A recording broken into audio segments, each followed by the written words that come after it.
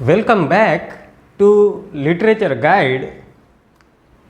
Today's video is about one of the important forms of English novel. I am talking about the sentimental novel, which is also known as novel of sensibility or novel of sentiments.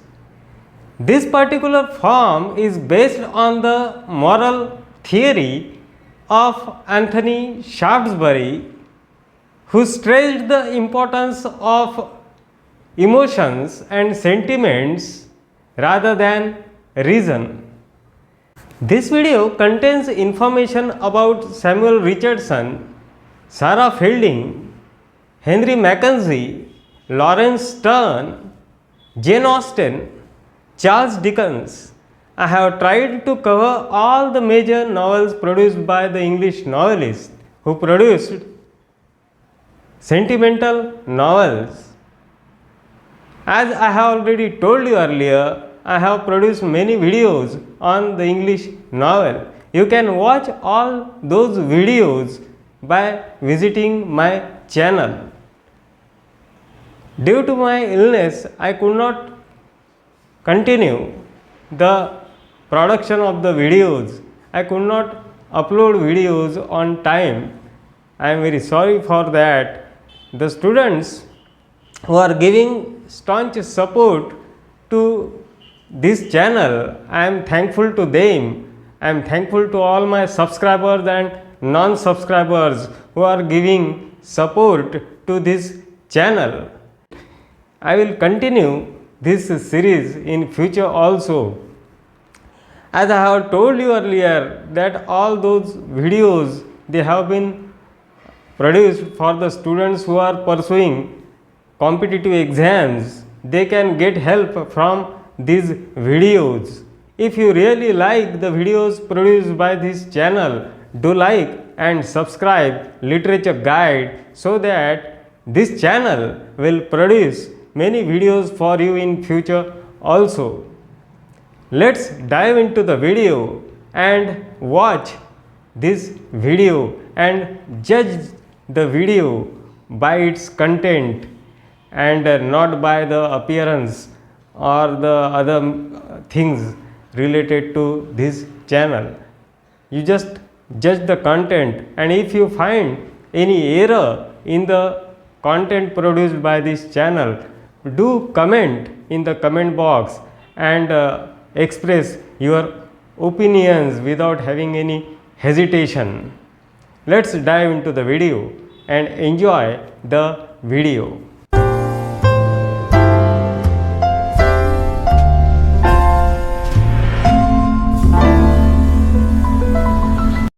Sentimental novel. The sentimental novel took birth in the first half of the 18th century. The roots of the novel of sensibility can be found in the literature of Samuel Richardson and Sarah Fielding. The sentimental novel is based on the moral theory of Anthony Shaftesbury.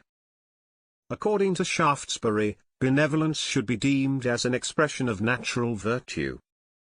Man has inherent affection and compassion not only for himself but for all creatures. He can differentiate between right and wrong, and good and bad. He can judge his own actions. He has inherent moral sense. This moral philosophy laid the foundation of the novel of sentiment. The sentimental novel advocated sensibility, which is combination of compassion, pity, sympathy and charitable impulse. The sentimental novel can be considered as an outlet for the emotional sympathy which brings community together. The spring of compassion and pity flows through the sentimental novel. The protagonist of the sentimental novel is gifted with purity of heart, compassion for the poor and needy, and charitable impulse. He is innocent, virtuous and a man of feeling. The novel of sentiment also represented a sensitivity and passionate joy to beauty in nature. The sentimental novel is referred to as domestic novel or woman's fiction in America. It usually presents a story of a young girl who faces all the challenges of life on her own. Samuel Richardson's famous novel, Pamela or Virtue Rewarded is the earliest example of the novel of sentiment. It was published in 1741. The novel has epistolary form and the story of Pamela moves forward through letters of Pamela Andrews and Mr. B. During her confinement at B Hall, Pamela Andrews records her pathetic experiences in her letters. It is important to note that Henry Fielding lampooned Richardson's Pamela in his novel, An Apology for the Life of Mrs. Shamela Andrews. Sarah Fielding's three sentimental novels paved the way for the new novelists. Her famous novel, The Adventures of David Simple in Search of a Real Friend, appeared in 1744. It was followed by its sequel, Volume The Last, in 1753. The two novels present the story of an eponymous hero, David Simple, who is robbed of his inheritance and deceived by his younger brother. He goes in search of a true friend in this vast, unkind and ruthless world. David Simple finds this world full of corruption, hypocrisy, snobbery, deceit and falsehood. David Simple meets Cynthia, who has been excluded from her share of her father's fortunes. There is another pair of a brother and sister, namely, Valentine and Camilla. All these four characters are victims of the cruelty and ruthlessness of their near and dear ones. Valentine and Camilla are deprived of their father's affection and love by their stepmother. In the end, David marries Camilla and Valentine marries Cynthia. The sequel of the novel, Volume The Last, depicts the pathetic condition of these four characters. David Simple is innocent and unworldly, and he loses his fortunes in the course of the novel. In the end, only Cynthia and one of David Simple's sons survive. Thus, the novel's present suffering, despair and disillusionment of David Simple. Sarah Fielding's novel The Adventures of David Simple in Search of a Real Friend is a moral romance and quest novel with sentimental background. The novels depict the real test of innocence. Another novel, The History of the Countess of Delwyn of Sarah Fielding, is a sentimental novel. It was published in 1759. Oliver Goldsmith's novel, The Vicar of Wakefield, is a quintessence of the sentimental novel. It is a tragic story of a vicar who goes through hardships and ordeals. The novel has a simple plot with lifelike and attractive characters. The novel The Vicar of Wakefield was published in 1766. The novel deals with the story of Dr. Primrose and his wife Deborah. The couple lives in a country parish with their children, George, Moses, Olivia, and Sophia. The vicar, Dr. Primrose, loses his fortunes on the eve of George's wedding with Arabella Wilmot. As a result, the family of Dr. Primrose has to leave the parish and settle in the land of Squire Thornhill. The villainous Thornhill captivates and seduces Olivia under the pretense of marriage. He also courts Arabella Wilmot. Olivia is found in an inn and the vicar takes his daughter to home. On reaching home, he finds his house on fire. Thornhill is responsible for the sorry state of the family. He is ruthless and indifferent to their miseries. He demands rent to the vicar. Thornhill also abducts Sophia, but she is rescued by Burchell. The vicar offers Sophia's hand to Burchell in marriage.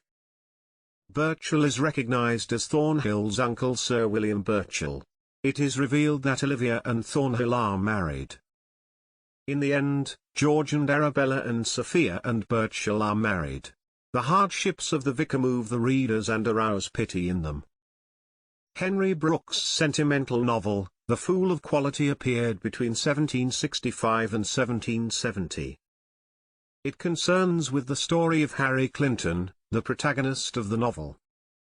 Harry is a son of Morland, but he has great respect for his uncle, Mr. Clinton. Mr. Clinton's enlightened views influenced Harry Clinton to great extent.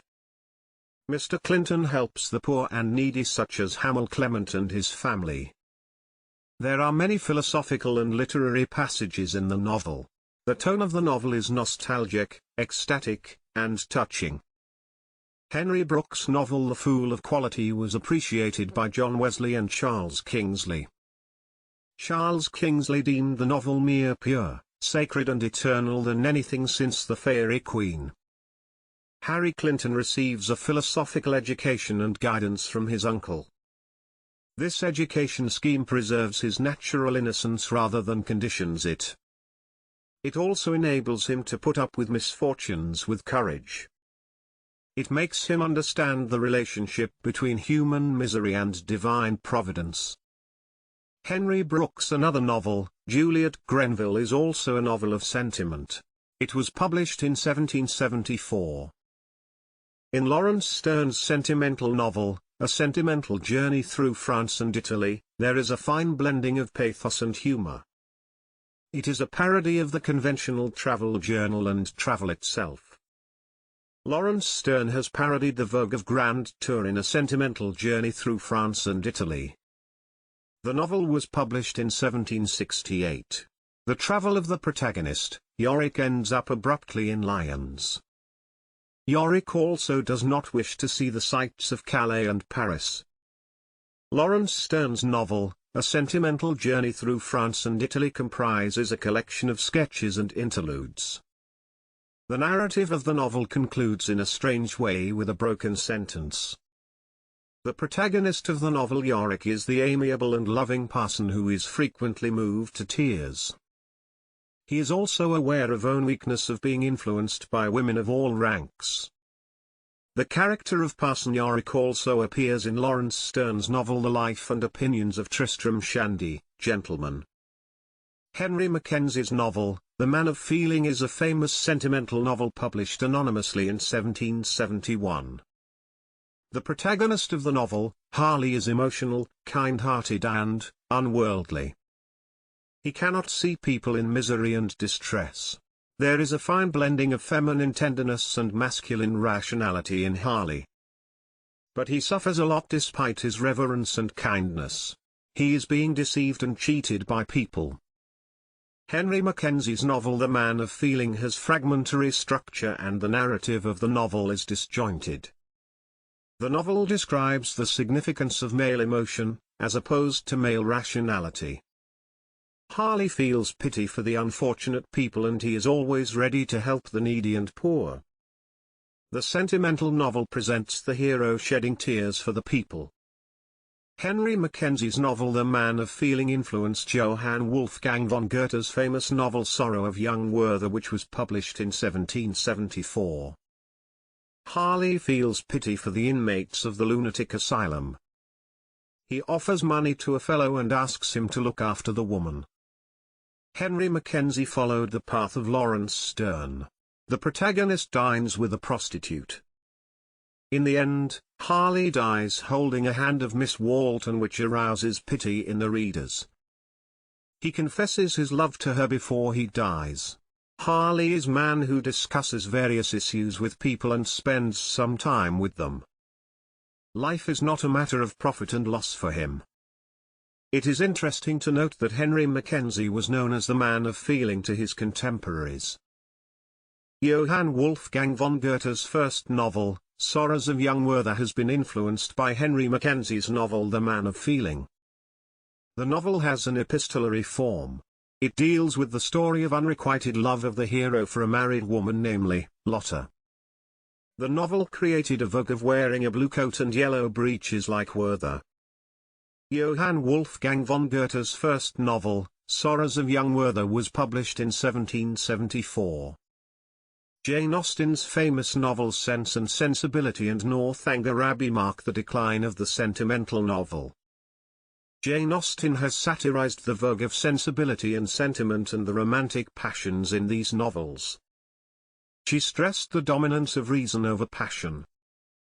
Her novels present a contrast between realities of life and the improbabilities of romantic fiction. Jane Austen's novel Sense and Sensibility was published in 1811 and Northanger Abbey appeared in 1818. Though the sentimental novel was on the wane in the first quarter of the 19th century, many novelists produced sentimental novels even after the decline. Charles Dickens's novel, The Old Curiosity Shop, holds some features of the sentimental novel. It was published in the weekly magazine Master Humphrey's Clock in 1840 and in a volume form in 1841. Charles Dickens's novel The Old Curiosity Shop presents a pathetic story of Nell Trent and her grandfather who owns a shop. The old man borrows money from the villainous Daniel Quilp. Nell's grandfather loses all his money in the game of cards in the hope of getting his fortunes back. As a result, Daniel Quilp takes control of the shop. Nell Trent and her grandfather run away and wander about the region in search of a place. They go through many hardships.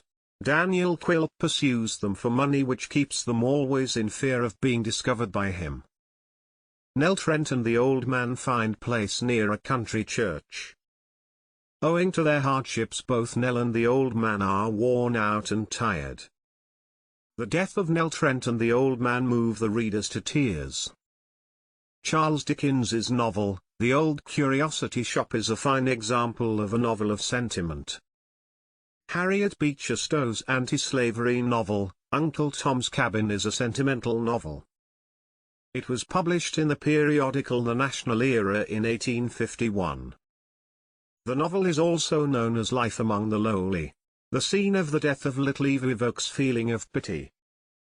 Thus, the sentimental novels put stress on sentiments and emotions instead of reason and good sense. They move the readers and appeal their heart rather than head. How is the video? I hope you like the video. I will meet you soon with a new video on a fresh topic on the English novel.